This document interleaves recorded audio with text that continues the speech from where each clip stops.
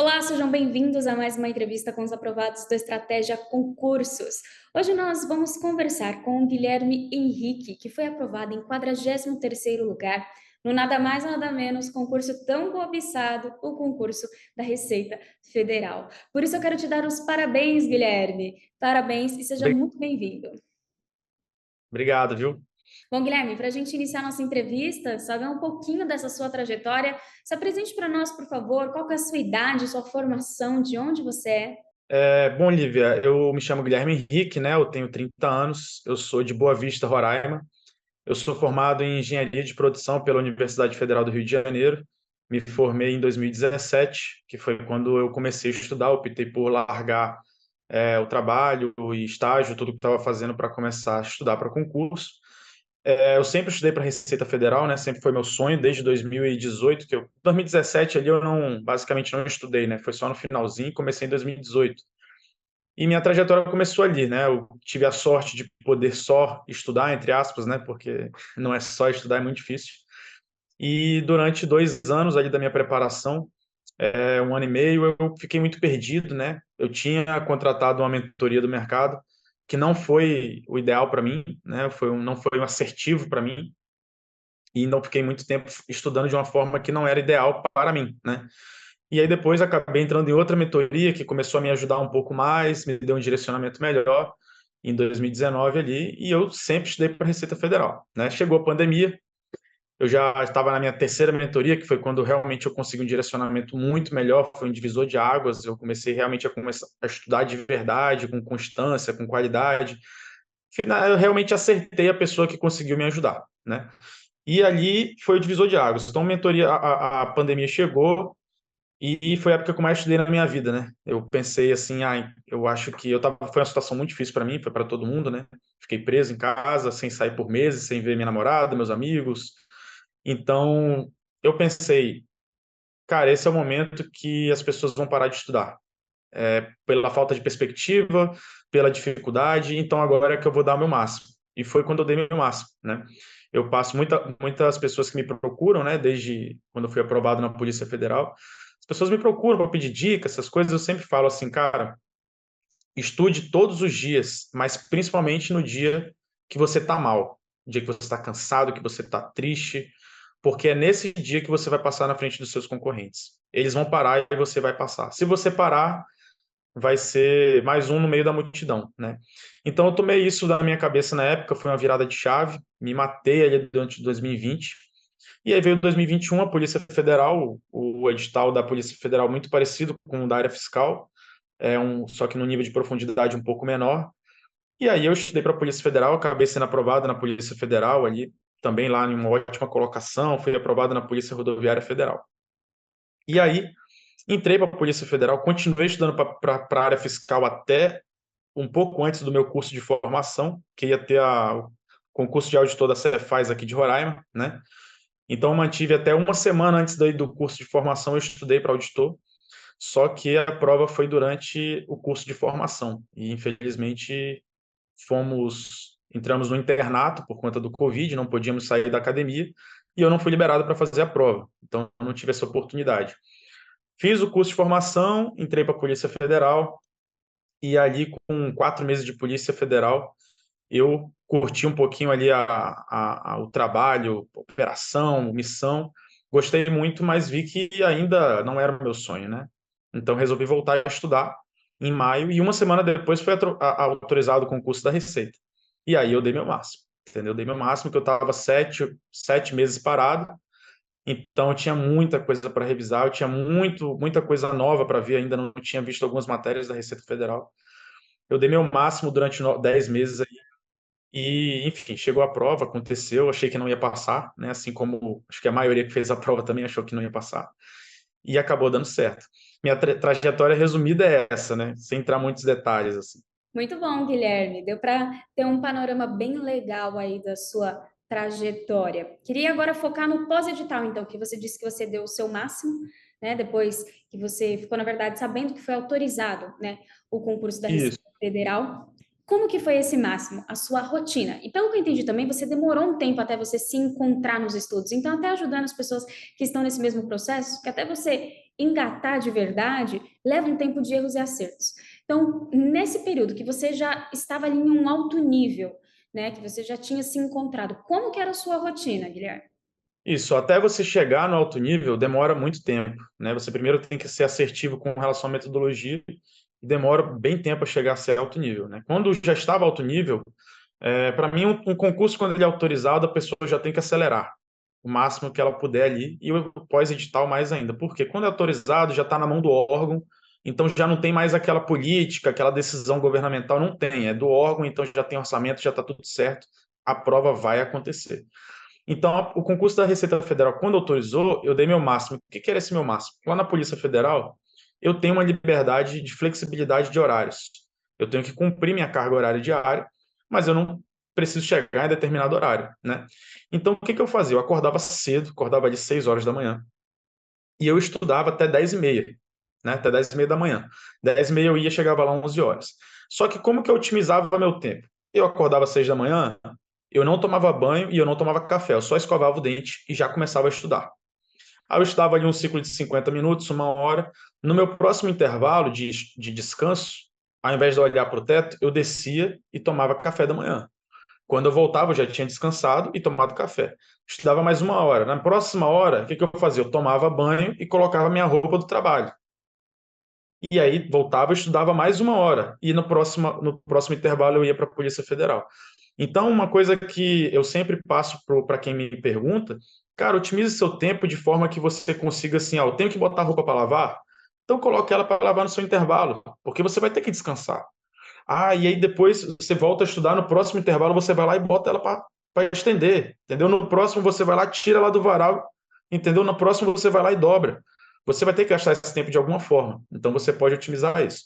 Eu chegava na Polícia Federal ali por volta de 11 horas, começava a trabalhar, e aí a gente é obrigado a tirar pelo menos uma hora de almoço, né? Então, quando chegava ali por volta de 1 da tarde, eu pegava minha marmita, esquentava e, durante o almoço ali, ia fazendo exercício, ganhava aquele tempinho do almoço. E aí eu saía de lá por volta de 7 da tarde, 7 da noite, e aí eu saía de lá, eu ia para uma sala de estudos, né? Só passava em casa, trocava de roupa, botava uma bermuda, umas 7h40, aqui é tudo muito próximo, né? Então 7h40 ele já estava na sala de estudos e consegui estudar até umas 10, 10 e pouquinho. Então, assim, no final das contas, eu mesmo trabalhando 8 horas por dia, conseguia estudar ali 4 horas pela manhã, mais uns 40 minutos no almoço, mais umas 2 horas de noite. Isso dava ali quase 7 horas brutas. E eu, como tenho muita facilidade já em transformar isso em horas líquidas, né, pela prática, eu acabava conseguindo fazer 5 horas, 5 horas e meia líquidas por dia, mesmo trabalhando. Não é fácil, não é uma rotina fácil. Eu cheguei muito próximo de um burnout por conta disso, por conta das preocupações de trabalho, muito assunto, fiquei exausto. E final de semana também eu entrava no sábado e no domingo, né, direto. Só que eu sabia que era um tempo fechado ali, né? Eram 8, 9 meses ali, no máximo 10 meses, né? E aí, quando eu cheguei muito próximo da exaustão ali, o pós-exaustão, né? Porque exausto eu estive durante toda essa preparação, o pós-exaustão, que é o desrespeito à exaustão mental que chega a ser o burnout, eu tive que dar uma freada. Então, parei, descansei alguns dias, né? Tive que parar ali uns 3, 4 dias, porque senão não ia dar, não ia adiantar, né? Tem um ponto de inflexão ali que não adianta mais estudar. Então foi basicamente isso. No pós-edital, eu passei a adicionar simulados, né, o máximo que deu, e foram poucos, infelizmente, foram poucos que eu achava que eram simulados que realmente pareciam com a prova, e adicionei a discursiva, né, o treinamento da discursiva. Basicamente isso daí, o pós-edital e pós-autorização. Guilherme, você ia se arrumando de forma fracionada, né? Escovava o dente, mais 50 minutos. Se arrumava, tomava banho, mais um pouco. É interessante isso, e você conseguia cumprir ali o seu tempo de descanso. Você falou sobre o burnout, né?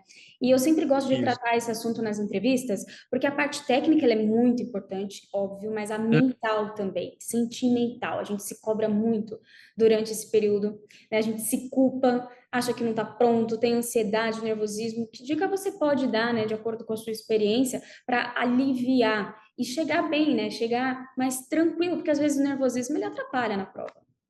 Sim, demais. Eu acho assim que a maior dica que eu posso dar é você respeitar seu corpo, né? Você vai sempre perder. sempre você vai perder para ele se você não respeitar. Seja na academia, você vai estirar um músculo, e seja no estudo, você vai acabar desrespeitando isso e vai acabar chegando no burnout. Então, assim, eu pesquisei bastante sobre isso na época na pandemia, porque eu tive muito problema na pandemia dessa questão de cobrança, né? A saúde mental, a gente fica ali, é uma falta de perspectiva, eu morando em casa com meus pais e eles me ajudando, eu não tinha dinheiro, se eu quisesse tomar um sorvete, sabe? Tipo, isso se cobra muito. Então, isso te traz cansaço mental e acumulado vai chegar à exaustão. Então, como é que eu trato isso? A pesquisa que eu fiz é basicamente o cansaço, ele é só você dormir, né? Para você resolver, ele é só você dormir, basta dormir, né? A exaustão, ela não basta você dormir. Você tem que ter uma mudança de estilo de vida. A exaustão mental é o desrespeito ao cansaço, é o cansaço acumulado. Então aí você precisa o quê? Atividade física, fazer um tratamento ali paliativo, tomar um chá, fazer uma acupuntura, um yoga, uma meditação, né? Um hobby. Todas essas são medidas para você mudar o seu estilo de vida, mudar a sua alimentação mais saudável, certo? E o desrespeito à exaustão é o burnout, que foi o que eu dei uma beliscada nele. Quando você chega no burnout, não adianta mais dormir e não adianta mais mudar o estilo de vida. Você também tem que entrar com medicação. Então, quem tiver exausto, eu sugiro fortemente que passe a mudar o estilo de vida e respeite essa exaustão, porque se você chegar no burnout de verdade, porque eu só dei uma beliscada nele, eu só senti um pouquinho dele e voltei atrás. Eu comecei a esquecer o nome das pessoas que trabalhavam comigo, comecei a esquecer princípios básicos ali de direito administrativo, poderes administrativos, que é tão batata, sabe? Eu esqueci as coisas. Então eu senti, não, tem alguma coisa muito errada. Então, se você desrespeitar a exaustão, você vai chegar no burnout. Se você experimentar o burnout de verdade, você vai ter um problema sério, pode causar depressão, pode causar, enfim, perda de memória, e aí vai ser um prejuízo muito maior. Então, a minha maior dica é respeite seu corpo. Se você está sentindo isso, retraia, porque os constantes e os persistentes, eles sempre vão vencer dos apressados, entendeu? Então, tenha calma que tudo no seu tempo. Se você tem que trabalhar mais do que eu tinha que trabalhar, então estude menos e pense num prazo mais longo. Mas se tentar adiantar isso, talvez você tenha um prejuízo muito maior. Muito bom, Guilherme. A forma, o olhar com que você compartilha o conhecimento que você adquiriu, é isso mesmo. Tem que equilibrar os diversos pontos e andar. Mais uma pergunta muito interessante que o pessoal gosta de fazer é sobre os materiais, as ferramentas que você mais utilizou, né? Dentro, então, dessa sua rotina e do seu estilo, quais eram as ferramentas de estratégia que você mais utilizava? Eram PDFs, videoaulas, trilhas, o quê? Tá certo, vamos lá. Com relação à estratégia, eu até mandei uma mensagem para o Rosenval, né, que eu já fui aí no Estratégia, dei entrevista em 2021, conheci todo mundo. Eu agradeço muito ao Estratégia pelo material de qualidade, né? A gente tem vários pilares até a aprovação, um deles é o material. Então, passo aqui mais uma vez meu agradecimento a toda a equipe do Estratégia, não uma só pessoa, pelo material de qualidade. E uma coisa que eu falei para o Rosenval, continuem sendo responsáveis pelo material que vocês fazem, continuem com essa responsabilidade de fazer um material bom. O que eu usava no Estratégia? Qual é a minha indicação, né? Cada pessoa aprende de uma forma. A primeira coisa que a pessoa tem que ter em mente é ela entender como que ela aprende. Eu, quando comecei a estudar, não sabia. Então, passei muito tempo fazendo resumo e vendo videoaula, e aquilo não avançava, né? Mas não quer dizer que essas metodologias não servem. Elas não servem para mim. Então, assim, procurem descobrir como vocês aprendem, né? Depois disso, o Estratégia ele tem todas as ferramentas. Tem resumo, tem videoaula, tem mapa mental, tem PDF, tem sistema de questões. Todas as metodologias estão lá disponíveis. Você só tem que saber qual que você precisa. Eu sempre passei, depois que eu aprendi, eu entendi que para mim era o PDF, né? Então, sempre baixei os PDFs, botava ali na sequência, renomeava eles pela sequência da numeração do PDF, fazia marcações, essas marcações com amarelo, verde, cada cor tem a sua especificidade, né? E quando eu fazia as revisões, eu fazia revisão só do que eu tinha marcado e das anotações que eu fazia. E essas anotações eram o quê? Um mnemônico que eu inventei da minha cabeça, um pequeno mapa mental que eu fazia, uma questão que eu errava, né? As pessoas gostam de fazer caderno de erros, né? Eu não gosto. Todas as questões que eu errava, eu ia para o material e anotava aquilo ali. Era circulando um não, uma lei específica no lugar de lei ordinária, chamava atenção, fazia um comentário. E toda vez que eu fazia a revisão do material, aquilo ali, eu lia só aquilo que eu tinha marcado em minhas anotações, né? Então a pessoa me pergunta muito assim, por que você não trabalha com resumo? porque o resumo você já está escrevendo uma coisa que está escrita. Então, quando você faz a marcação, é o seu resumo. Aquilo ali é o seu resumo, né? Então, eu fazia isso com revisões espaçadas ali, né, de 24 horas, 7 dias e 30 dias, e muito exercício. Muito exercício, muito exercício, muito exercício. Ao longo da minha preparação, durante esses 6 anos, eu fiz mais de 134 mil exercícios, e fora PDF, que foram aí mais milhares de exercícios. Então, o que me colocou dentro da aprovação foi exercício. As pessoas têm o foco muito na revisão, né? Só que o exercício te coloca para dentro porque é lá que o professor, que os examinadores, né, as pessoas que fazem a questão, elas repetem muito. Então, eles, tipo assim, você tem ali o artigo 5º da Constituição, tem 100 incisos, eu não sei quantos tem. Só uns 20 acabam caindo sempre, os outros 80 não caem. E você só vai descobrir isso fazendo muita questão, entendeu? Então, foi basicamente essa minha metodologia de estudos, né? Excelente, Guilherme, muito bom te ouvir. E a sua reta final também, você tem alguma estratégia em específico? Você falou das suas revisões, você fica, enfim, revendo na última semana ou não? Então, a minha estratégia pós-edital, como é que eu faço, né? O da Receita Federal eu não consegui fazer porque é um edital muito grande. Então, algumas matérias ali eu já sabia que eu estava muito bem, eu excluí. Mas, normalmente, como eu faço? Eu começo tudo do zero e eu faço um estudo invertido. Ao invés de eu fazer leitura e exercício, primeiro eu faço exercício daquele conteúdo. Se eu fui bem, eu já nem faço leitura. Eu já pulo para a próxima aula. E assim vou. Até se uma hora, se alguma das aulas eu fui mal, eu faço a revisão daquela leitura ali, né? Faço aquela revisão. Eu faço isso durante toda a preparação do pós-edital, simulado todo final de semana, né? Tanto discursiva quanto objetiva, no horário da prova e de acordo com a prova, traço minha estratégia ali. Agora, nos últimos 15 dias, o que, que eu fiz, né? Tanto na PF, na PRF, quanto na Receita Federal. Os exercícios você tem que fazer ao longo da preparação. Então, assim, só para a Receita Federal eu fiz mais de 27 mil exercícios, né? Então, eu sabia que nas últimos 15 dias é melhor você ter uma memória de curto prazo do que a de longo prazo, porque de longo prazo você construiu ao longo de 6 anos, né? Ao longo de 3, 4, 5, 6 anos. Então, existem conteúdos que você tem uma dificuldade muito grande de manter ele na sua memória, seja pela extensão, pela quantidade de detalhes, ou porque você simplesmente não é bom naquilo. É normal você não ser bom em alguma coisa, totalmente normal. Então, o que eu fiz? Eu peguei todas as matérias, separei todos os PDFs que eu tinha dificuldade, ou que eu sabia que eram difíceis por ter muito detalhe, por mais que eu fosse muito bem, tipo atos administrativos. É muito grande. Licitações, eu sempre vou bem em licitações, mas é muito grande, é muito detalhe.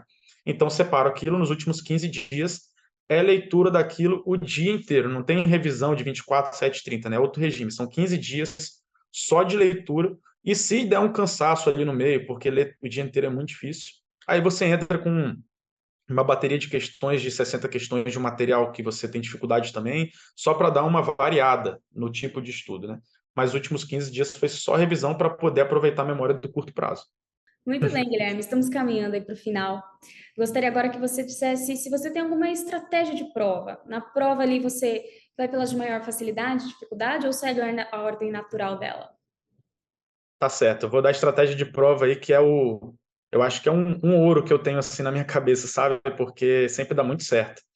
Vamos lá. Primeira coisa, vou considerar que a prova tem parte objetiva e discursiva, né? Para facilitar. Se não tiver discursiva, a pessoa só exclui da estratégia. Primeira coisa que você começa é sempre pela discursiva, né? Isso deu certo para mim.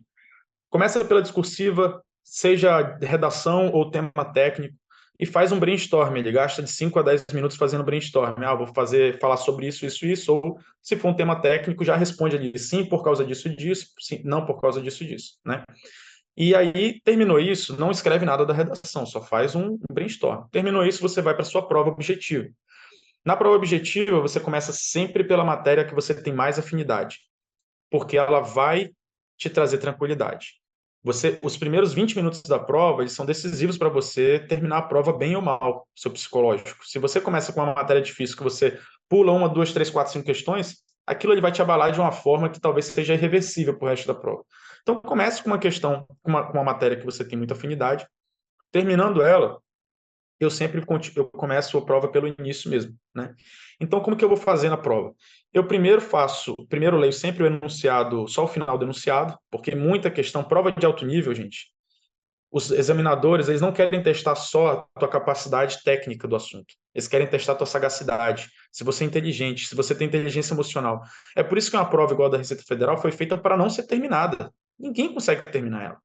Os enunciados são enormes, a prova é extremamente difícil, existem questões propositalmente colocadas para você não saber a resposta e você ficar brigando com ela.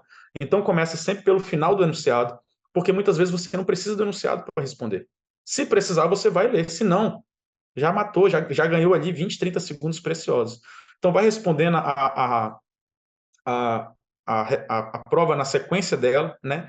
Procure sempre as alternativas erradas. Risca errada, não procura a alternativa certa, procura a alternativa errada. Por eliminação, você vai achar certa. E aí você vai respondendo na sequência. As que você tem certeza absoluta, já marca e já deixa marcado que você tem certeza. Faz um risco. Pronto, terminei aquela questão. As que você está em dúvida, elimina as que você conseguiu, bota um círculo ali, né? Para você depois voltar nelas. E as que você não tem a menor ideia, faz outra marcação, coloca um quadrado ao redor dela. Você terminou isso, passou a prova uma vez toda, você marcou todos que você tem certeza absoluta, vai no banheiro, dá uma respirada, você já está no meio da prova nessa hora, já marcou ali com certeza mais de 50%, 60% da prova, dá uma respirada, lava o rosto, volta e vai para a discursiva. Agora, o seu cérebro, ele está num pico de concentração, pico de atividade, 2 horas de prova. E novas ideias vão surgir para a discursiva. Novas ideias vão surgir. E você vai ver que isso é natural, não precisa se preocupar, porque vai acontecer. E aí você começa a escrever a discursiva, né? Óbvio que antes você já treinou, você já tem ali um esqueleto, né? Ninguém inventa a discursiva na hora, quando chegar lá eu vejo. Não, esquece, isso aí vai dar problema. Faça um esqueleto ao longo da sua preparação, chega lá, repete o esqueleto. Faz ali a discursiva e já passa para o gabarito. Por quê? Porque se no final da prova você não tiver tempo para passar o gabarito, você já perdeu, é eliminado. Porque a discursiva ela te elimina do concurso. Mas se você deixar de marcar algumas no gabarito da objetiva, talvez você ainda consiga ter a discursiva corrigida. Então faça aquilo ali, né? Já passa limpo, e aí depois você vai para aquelas questões que você estava em dúvida ou não sabia nada. Agora, você vai perceber que algumas questões vão voltar para você e você vai falar, cara, como é que eu não lembrei disso antes? E você vai marcar. Naturalmente, algumas respostas vão acontecer. E aí, por último, depois de tentar passar ali 2, 3 vezes naquilo ali, vão ter alternativas que você realmente não vai lembrar. E é normal. Todo mundo chuta. Eu chutei e eu tenho certeza que o primeiro colocado do concurso também chutou. Então, pesquise técnicas de chute no YouTube. Existem várias. O chute não é aleatório. Existe o chute inteligente. E tem várias técnicas para isso. Tem um vídeo no YouTube lá que tem 18 técnicas de chute. Entendeu? Eu pesquisei e hoje eu sei o que fazer. Então, eu peguei, agora que não tem mais tempo de nada, você vai lá e chuta e passa o resto para o gabarito. Óbvio que tudo isso com a gestão de tempo. Né? Se você não tiver tempo no final da prova, você chuta no próprio gabarito. Não tem jeito. Tá? Mas se você entender que essa última passada, que eu não vou conseguir ver todas as questões de novo, que eu tive dúvida, já passa por gabaritos que você tem certeza. Porque se sobrar tempo, não sobrar tempo, você chuta direto no gabarito as que você tinha dúvida, e não as que tinha certeza. Olha, essa do chute eu não sabia. Eu vou procurar esse vídeo. Eu quero saber. Bom, Guilherme, e agora? Como que você se sente tendo conquistado o seu sonho? Você falou lá no início que a receita era um sonho. Você chegou no seu objetivo, aposentou a caneta ou não? Aposentei a caneta que estava comprada para a assinatura da posse, tá? Ó, Foi de presente, né? Ganhei de presente. E sim, aposentei a caneta para sempre. Agora é só tentar ajudar outras pessoas aí nessa caminhada tão difícil, né? Tão árdua. Quem me procurar, eu estou totalmente aberto para ajudar no Instagram, enfim. Eu sou aberto a dar, não escondo o ouro de ninguém, não. O que eu aprendi, eu passo para frente. muito bom. Guilherme, eu quero te agradecer imensamente, só que antes eu quero saber a sua dica de ouro. Eu sei que toda a sua entrevista foi uma dica de ouro, mas eu quero aquele toque final, algo que você considera aí que foi essencial para sua aprovação.